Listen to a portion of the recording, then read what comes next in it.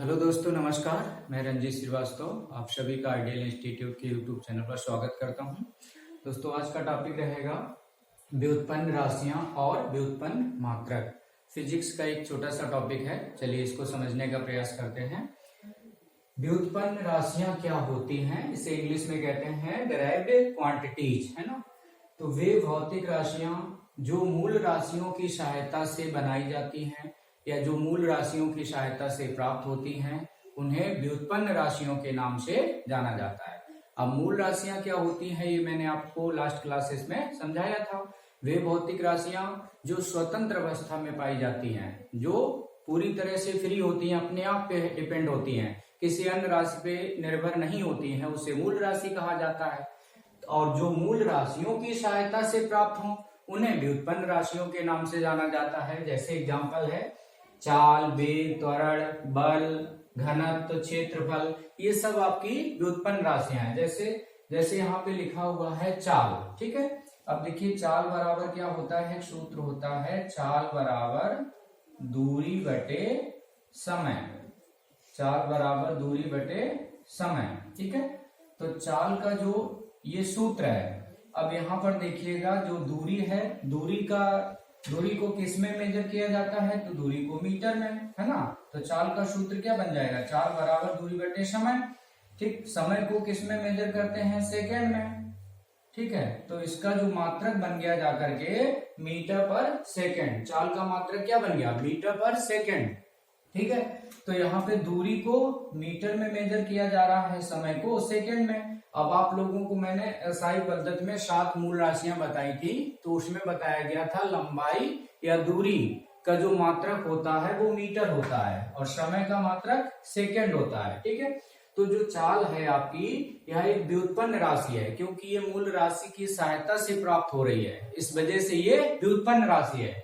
इसी प्रकार से आपका वेग, ठीक है, त्वरण, बल, घनत्व, क्षेत्रफल, ठीक। जैसे देखिएगा यहाँ पर क्षेत्रफल दिया गया है, तो क्षेत्रफल का सूत्र क्या होता है, क्षेत्रफल बराबर लंबाई गुणे चौड़ाई, ठीक, लंबाई गुणे चौड़ाई। अब लंबाई का मात्रक क्या होता है, मीटर, और चौड़ाई ये भी एक दूरी है, तो इसको भी मीटर में मेजर किया जाएगा। तो क्षेत्रफल का सूत्र बन जाएगा, इसका मात्रक बन जाएगा मीटर प्रति मीटर स्क्वायर या वर्ग मीटर, है ना। तो ये जो क्षेत्रफल है, ये मूल राशि की सहायता से प्राप्त हो रही है, इस वजह से क्षेत्रफल एक आपकी व्युत्पन्न राशि है। तो यहाँ पर जो भी मैंने एग्जांपल लिखे हैं, ये सब मूल राशियों की सहायता से प्राप्त हो रही हैं। तो वे भौतिक राशियां जो मूल राशियों की सहायता से प्राप्त होती हैं, उन्हें व्युत्पन्न राशियों के नाम से जाना जाता है, ठीक है। ये इनके एग्जाम्पल हो गए। इसके बाद है व्युत्पन्न मात्रक। डिराइव्ड यूनिट से क्या होता है, अब ये जो मूल व्युत्पन्न राशियां हैं, इन व्युत्पन्न राशियों को मेजर करने के लिए, इनको मापने के लिए किसी न किसी मात्रक की आवश्यकता पड़ेगी।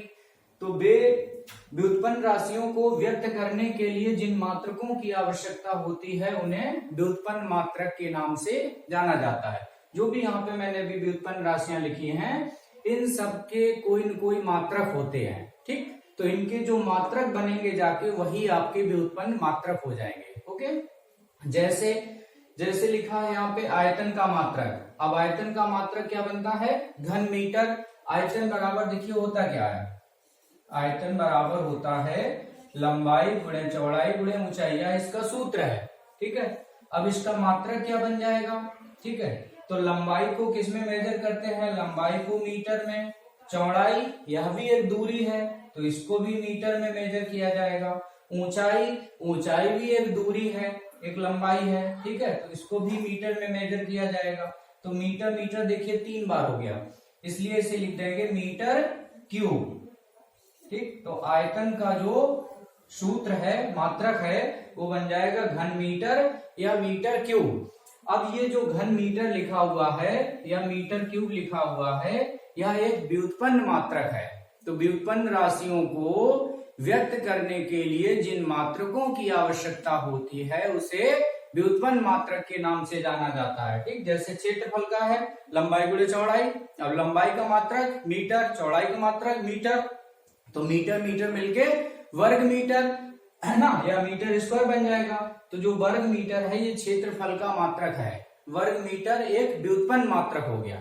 तो उम्मीद करते हैं ये चीज आपके समझ में आ गई होगी, व्युत्पन्न राशियां और व्युत्पन्न मात्रक। ठीक, फिर से एक बार देख लेते हैं।